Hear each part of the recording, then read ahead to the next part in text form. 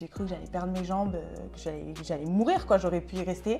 Alors, je voulais parler avec toi de ton nouveau projet Mel Explore. Oui. Pourquoi avoir décidé de lancer ce projet sur YouTube? Alors ça fait un petit moment que j'avais cette idée d'explorer le Maroc, parce que j'ai emménagé maintenant depuis bientôt 2 ans au Maroc. On a 3 épisodes, donc l'épisode 1 c'est l'annonce à mes amis comme quand on part en road trip à travers le Maroc en camping-car parce qu'ils n'étaient pas au courant.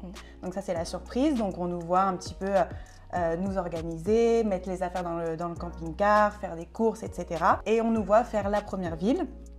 Ensuite, on nous voit partir dans une autre ville, puis il m'arrive une galère, donc une grosse chute à cheval qui nous a fait vraiment très très peur. Enfin, le projet a failli tomber à l'eau. Limite, j'ai cru que j'allais perdre mes jambes, que j'allais mourir, quoi. J'aurais pu y rester.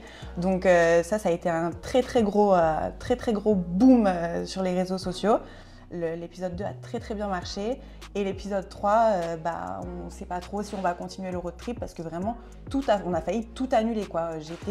Avant d'avoir les journalistes au téléphone de la production, j'étais vraiment sûre de ne pas pouvoir continuer et de devoir tout abandonner, quoi. Justement, je voulais revenir sur ça, sur ta chute à cheval. Est-ce que tu peux nous expliquer les conditions, comment ça s'est passé? Alors, Dieu merci, ça va bien mieux. L'épisode a été tourné il y a maintenant 3 mois, donc j'ai eu le temps de m'en remettre. Mais c'est vrai que sur le moment, j'ai eu très très peur. Donc on arrive, comme on le voit, on est dans la ville d'Essaouira, on arrive dans un ranch où il y a des chevaux et j'avais prévu de faire une balade, ce qui est très connu à Essaouira, faire une balade en bord de mer avec un super beau coucher de soleil.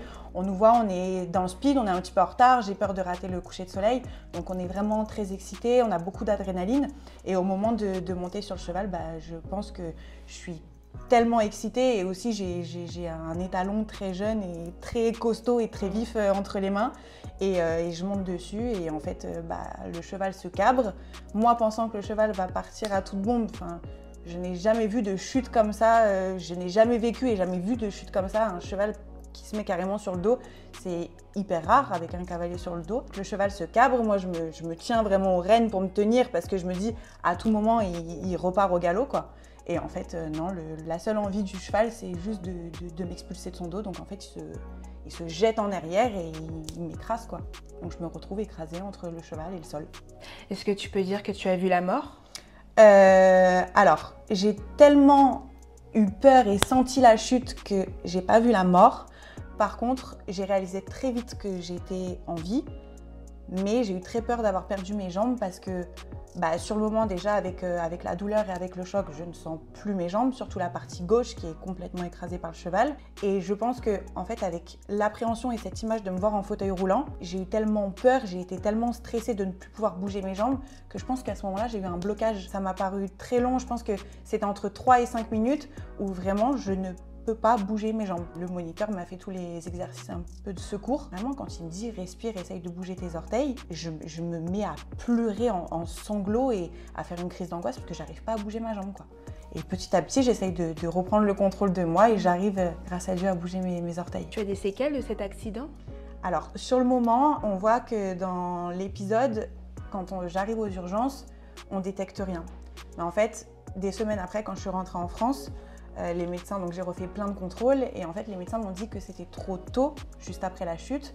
Tout était tellement inflammé, j'ai fait aussi une petite hémorragie interne, etc. Donc du coup on voyait pas toutes les séquelles que j'avais, mais j'ai quand même eu le sacrum fracturé à quelques millimètres de la colonne. J'ai eu aussi un épanchement qui s'est formé au niveau de la cuisse.